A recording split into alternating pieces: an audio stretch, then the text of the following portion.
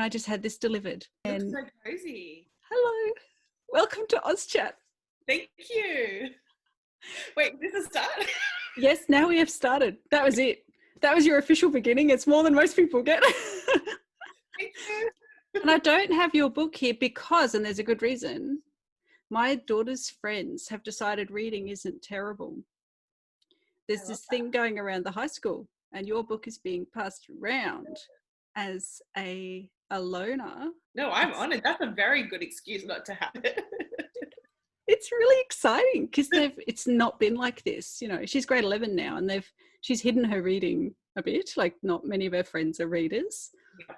So yeah, I was like that in high school. My friend, like my closest friend, wasn't a reader. I kind of just stopped reading for a while, and like it's quite upsetting to look back on. But I think I read like occasionally, like in secret. But yeah, I didn't talk about it. But yeah, there's no conversations because, well, yeah, who do you talk to? What do you say? What did you read? Like when you were reading? When I was reading, like as a kid, I was way into the Babysitters Club. Like I was in the Babysitters Club, and I'd get sent like 3 books a month, which was amazing. And then I also liked like Paul Jennings, and I liked all the Goosebumps series. And then I got really into B.C. Andrews for a while, which is deeply problematic. Oh, I remember The Attics. Yeah, Flowers in the Attic. Not at all what a 10-year-old should be reading. 10 years old? Yes. There's an education in life. I know. That's why I'm like, when people try to censor like what kids read, I'm like, fine, like just let them explore. It's a really safe way to explore things. So. It is, because you can just put it down. Yeah. Like you really can. And mine do. My kids, if they start reading something and it gets a little bit, they just go, close it. Totally. Kids are really good at like setting up their boundaries. But yeah, and then in high school, I mainly read Looking for Alibrandi, Melina Marquetta. That was like, I just read that over and over again, basically. I think I'm the only teenager who didn't read Looking for Alibrandi, and I didn't read The Babysitter's Club. I feel like I've never read any. I mean, I've read Looking for Alibrandi now, but I didn't read The Babysitter's Club. I'm a bit older, but I'm sure it was around. Yeah, I think it started in the 80s. Yeah, that's not an excuse. I don't know why. Just never. I kind of read all the hand-me-downs from my older brother and sister. So there was a lot of like just Judy Blume and then David Eddings. Yes. Then it was straight into like hardcore fantasy, male authors and... Yeah. Speaking of being passed around, Forever by Judy Blume was what was passed around when I was in high school. We had a lot of Deanie and Are You There, God, It's Me, Margaret, but all of them. Deanie was my favourite. Yeah, I didn't read that one. It was just Forever. It was just the sex scenes in Forever.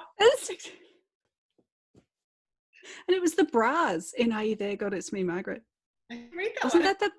I think that was the bra book. That was the going shopping for your first bra that you might not need. Forever was literally just about sex. I loved it. I barely remember it. I know I read it. Oh, if you read it. Fantasy has loads of that stuff anyway. Like fantasy books don't even. But this one, like, because especially like I had a dog called Ralph, and the boy in the book next to his penis, Ralph. So it definitely stuck. It's a little bit twisted. You cannot get away with that in YA these days. I don't know, like, how she published it. So you now have your American cover. So what does it mean? What does this whole having it come out in America mean? Can you hold it up? I love seeing people hold their books because it's always so happy. Yeah, so that's the American cover. So why was yellow more American? I have no idea. I was actually really, so I expected them to change the cover completely. And I didn't, like, I love this cover, so I wanted to keep this cover. But I was also excited to see like what they would come up with. And they ended up buying the cover, like the illustration, which I was glad about because I absolutely love it, by Astrid. He designed it. And then I guess they made, I don't know why they made it yellow. It's a weird thing. Yeah, it's a funny thing to change. complements it well. And it's sunny and summery, which yeah, I don't know. I guess maybe it stood out more on the American shelves. Oh yeah, that's true. Because they get kind of, it's like I'm learning this whole the book stack idea with the colours, and if they've got something in common, it kind of helps with readers finding the books that they're after. So that means it's published all over the US. Like, yeah, North America and Canada as well. just get that out. No one will ever know. Yeah. So the title of your second book, which has completely just gone out of my head, even though I can picture the cover. Yeah, it's You Are Made for Me, which our wonderful agent Danielle Binks came up with. She's good. She's good with very titles. good. She says she's not good at titles, but I'm like, this is a very good title. And she will admit this is a very good title as well. So it just immediately makes my heart just go. This one is based on, or it's partly inspired by another 80s movie, which is Weird Science. Oh, cool. Yeah. So in Weird Science, two nerdy boys who create the perfect girl, the perfect woman. So my book is two girls who create the perfect boy, because I thought, why do boys get to have all the fun? So what did you start with the idea and then kind of write to figure out what would happen? Or did you know how you wanted it to go? So what I started with was actually, I think it was like, this has never happened to me before, but the first line kind of entered my head, which was the day I created a boy started out like any other. And I was like, oh, that sounds good. And it was like, immediately I was like, oh, okay, like Weird Science. And then it was like, I immediately saw like a whole bunch of scenes kind of unfolding in my head. And that I just got really excited and started writing it straight away. And then I wrote up to where I had the scenes flash in my head. And then I was like, what do I do now? So that took a while to figure out. I know that feeling so well. It's so hard. And yeah, I'm not a planner at all. No, okay. Interesting.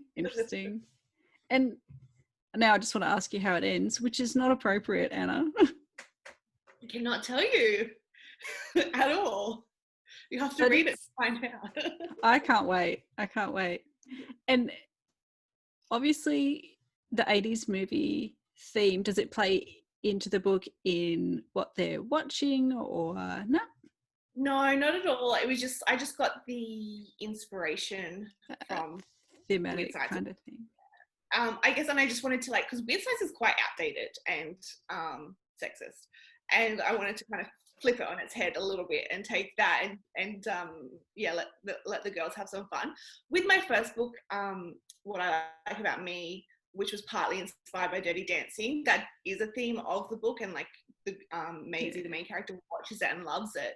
But I felt with this one, like I'm like, it's a pet peeve of mine when YA authors just give their characters like their own obsessions from their own childhood. Like some teenagers are definitely into like the 90s and the 80s and retro stuff, but not all of them. And I think not many. No. Yeah, right. And I think it's like, I mean, for me myself, like I grew up in the 90s. I was obsessed with the 80s, which was the decade I was born in, but I was like 4. But like I just think it's not realistic for every teen to be like that. And like even actually I was guilty of it though, in You Were Made for Me, in the very first draft, there is a scene where they're watching a like 90s movie which has never been kissed. Because a big part of the plot as well is that Katie, my main character, she really wants to have her first kiss. She's obsessed with this idea. And so I kind of watched that as like, I had them watch that as like a impetus for them to like talk about it. But my editor was like, why are they watching this? And I was like, that's totally fair. They shouldn't be watching, like the internet was down. They couldn't access like Netflix or anything like that. So there was she got out her mum's DVDs, but I was like, I think I'm trying too hard to make this work. So I just took it out, which was a really good call for my editor, because there's honestly nothing worse than a YA author just inserting their own interests into, and I did it, like doing nothing. I know. I did it before I'd kind of heard authors talking. I had written in similar sort of things, and then I heard them and I went, oh, I've done the same thing, and I had to take out music that I had them like, oh, and I'm listening to the old rock music, you know, Yeah. or please find something out of copyright. Or I had them sit down, and I don't know if I've managed to fix one, so I won't whinge about it just in case it stays in. But it's really tempting. But yeah, I've now understood. Yeah, I think if it makes sense for the character, like for instance, for me, it did make sense for Maisie. I thought it made sense. Hopefully, I think other people are like, I haven't actually received that criticism that why is she obsessed with these kind of older movies, because I felt like it made sense for her, but also the other characters in the book are kind of like she has this ongoing thing with the guy character Beamer about who's the best action star, because she's obsessed with Arnold Schwarzenegger, which is definitely like I loved him growing up. So like and like she watches those movies with her dad. And that's kind of a bonding thing with them. But then obviously Beamer is like who watches those movies? Like it's all about The Rock and that kind of thing. Who, you know, he's a much more modern action star. So like I tried to make it so that it was just her. It wasn't every teen in my book was like, I love the 90s. It was a unique thing to her. And so I'm very conscious of that moving forward as well. To like, if it makes sense for the character, then of course, because that's part of the character, but not for everyone. Yeah, I did have one friend. I had one friend obsessed with U2, but that wasn't old because that was current at the time. But another one was obsessed with Elvis because her dad was. And it was like the full-on whole house full of Elvis and everything. I'm not sure I could write that in because it would sound a bit weird. Yeah, And like I had a friend who loved ABBA. Like, of course, like teenagers do. Like, it's, you know, people have very varied interests. So yeah, it's all about, it's got to make sense for the character. yeah, absolutely. And so first kisses, is it totally inappropriate for me to ask you about your first kiss? No, it's not. I've talked about it on Twitter before, so it's totally fine. So like for a long time, my technical first kiss, for a long time, I didn't count as my first kiss because it was just so awful. And I was like, that doesn't count as a kiss. So like, do you want the whole story? Or Go on. okay. So it was like 1999, right? Oh, it's the perfect beginning to a story. Yeah. And this is I should probably tell you the shorter version. You can just edit it if it's too long. It was 1999, and I went out with this boy who I didn't particularly like at all. I just wanted a boyfriend because I felt like all of my friends had boyfriends and I was such a late bloomer. I was 13, like I was not a late bloomer, but I was just like, oh, like I need. So anyway, this boy, he asked me out once and I said no because I wasn't interested.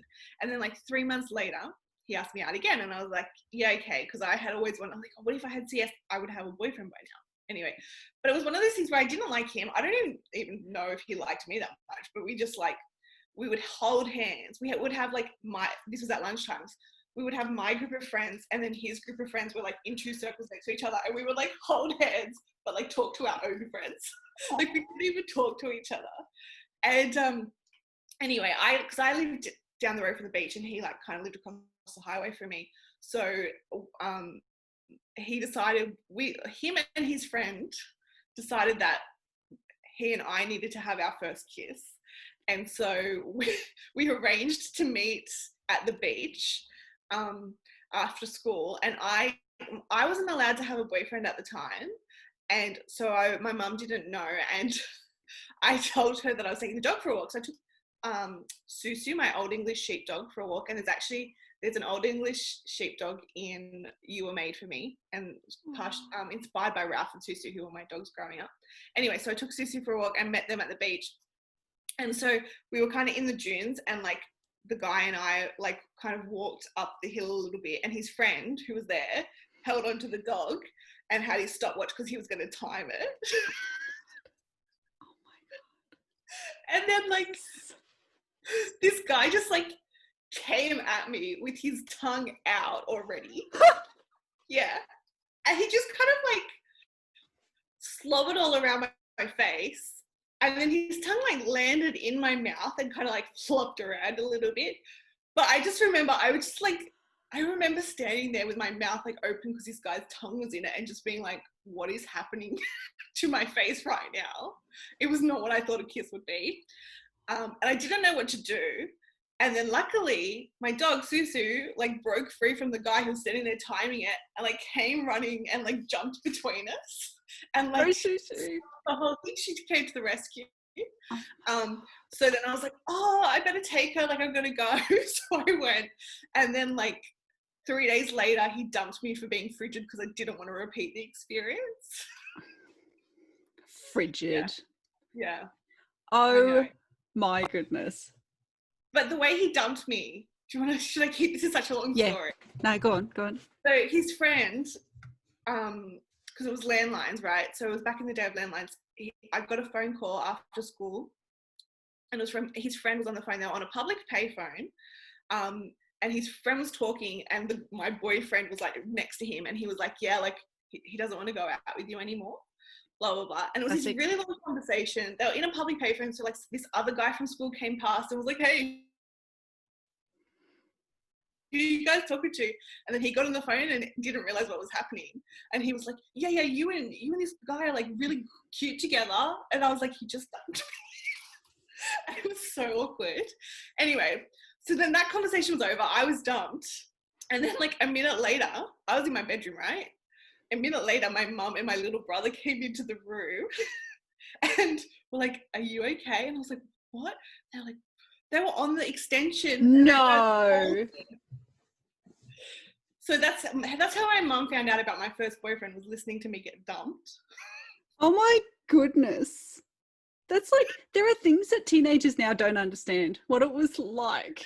Payphones, nothing about extensions. That story they will understand. Oh my goodess. That's epic. 1999 thing to ever happen. But yes, that was my first kiss. Aren't you glad you asked? Oh my goodness. I wonder how many people's stories are the same though, like similar. Getting dumped on a payphone with your mum listening in on the extension. Being dumped on payphones because then their money runs out and they don't have to stay in a conversation, or having your first kiss with someone just because you should and everyone's doing it. Yeah. Yep. At least yours was on a beach. Mine was behind a toilet block. Nice. At school with my friend's boyfriend, because she dumped him so I could go out with him so I could kiss him too. That's a really good friend. Yeah, it was nice. Thanks, Rebecca. And it was equally horrible. I don't think we really liked each other. Yeah. But we'd done it. Tick. Yeah. And oh my goodness. Yeah. Oh. Well, like I said, I didn't count that kiss for a long time. I still, like, it wasn't really a kiss. He just like slobbered on me and like, yeah. So and then my first kiss that I counted was when I was 15, which is with the boy who became my husband. So I was like, that's it. That's my first kiss. I like that. That's nice. That's so romantic. The kiss itself wasn't super romantic. It was at the underage disco, the under 18s dance at the local club to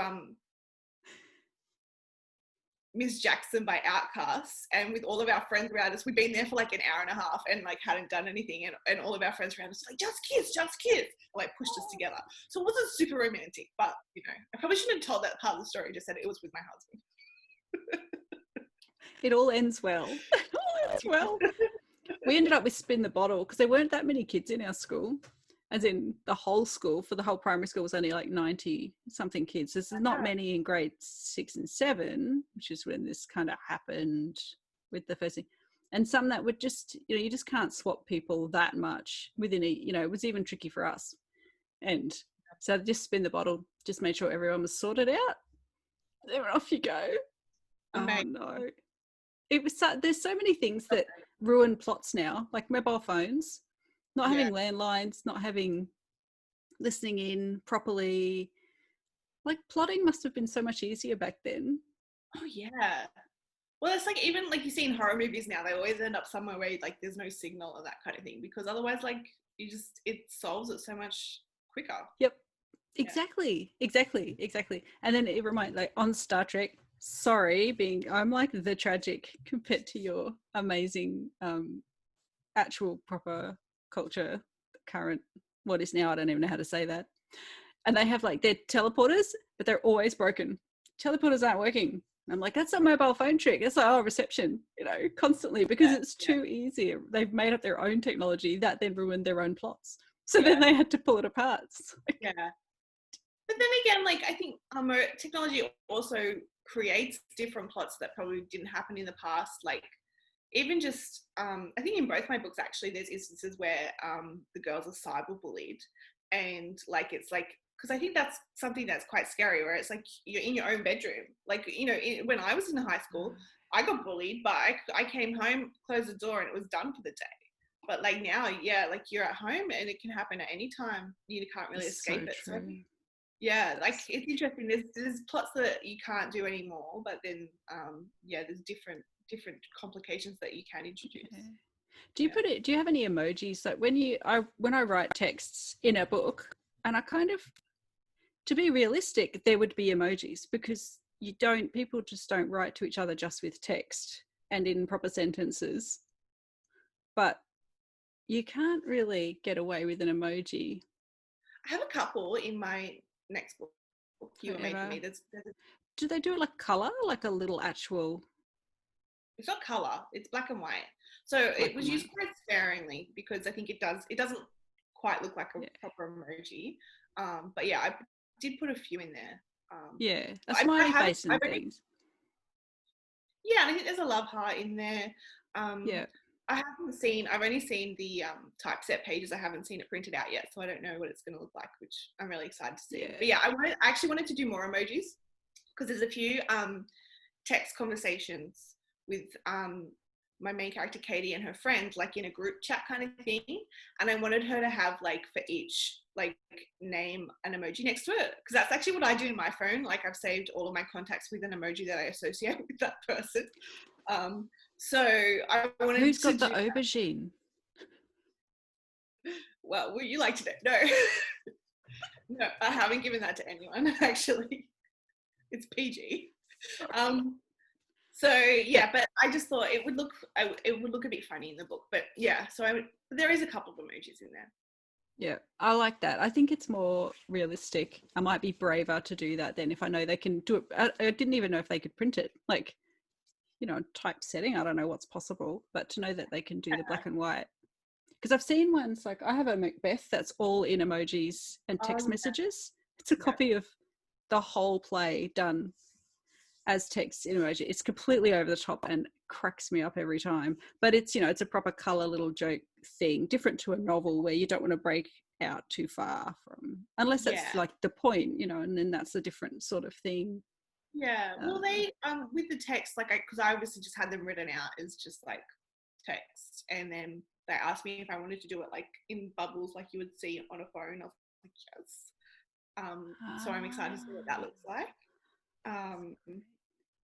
Yeah, so I think they can. I mean, if you look at, like, this is the extreme example, but if you look at Amy Kaufman and Jay Kristoff, like, they did whatever they wanted with the Illuminate series. So I feel like, I mean, obviously that's extreme and that's very deliberately for that book, but obviously there is a lot of creative things that you can do, and I think it probably costs a bit more money. So publishers are like, it's only if it's necessary or if it really enhances the book. But yeah. Always worth asking, I think. Yeah, totally. So you've written this one. Are you working on a third, or are you still actually editing? I've just finished editing. Like, I literally last night sent off some responses to some final queries from my publisher. So I'm pretty sure, touch wood, it's totally done now, which is exciting. But yeah, I have been focused on that. So I have an idea for the next book, and I think I've written like 100 words, like hardly anything. But like, I'm glad to have an idea. I'm not someone who has a whole ideas bank and like it's just like, oh, I'll work on that one now, Like, I just, with my first book, I had another idea that I was like, oh, I'm not going to work on that. But basically this was the idea that I was working on. And as I was getting to the end of that, I was like, what do I do next? I have no idea. And actually, initially, I did start writing a companion novel to What I Like About Me, but it wasn't really working. And so I actually spoke to Danielle, our agent, and was like, what do I do? And she was like, just put that aside, leave it, something else will come to you. And like the very next day, I got this idea for You Were Made For Me. So I think, and then the same, I was just focused on that. And then like about like probably 2 or 3 months ago, I was like, what am I going to do next? I'm like, what if this is it? What if I have no ideas? And then I got the idea for the next one. So I feel like maybe that's my process. Maybe is I like have one thing in my head at a time, and then when I'm ready, the next thing comes. I mean, hopefully that's what happens. Or like, hopefully ideas just keep coming. That's like always my concern is like, what if I have nothing? But So yeah, I don't really understand people who can do multiple projects at once, especially like writing 2 at once, or editing one while writing another. I know a lot of people do that, but so far I haven't figured out how to do it. I mean, I also have like a day job, and like I write for my day job, so I don't know how you do I think that maybe either. so I think like my spare brain space is taken up, creative brain space is taken up with just what I do on a daily basis anyway. So I think maybe if I was just writing books full time, I might be able to balance, but yeah, I don't think that's going to happen anytime soon. So Thank you so much for coming on Oz Chat. thank you. Bye.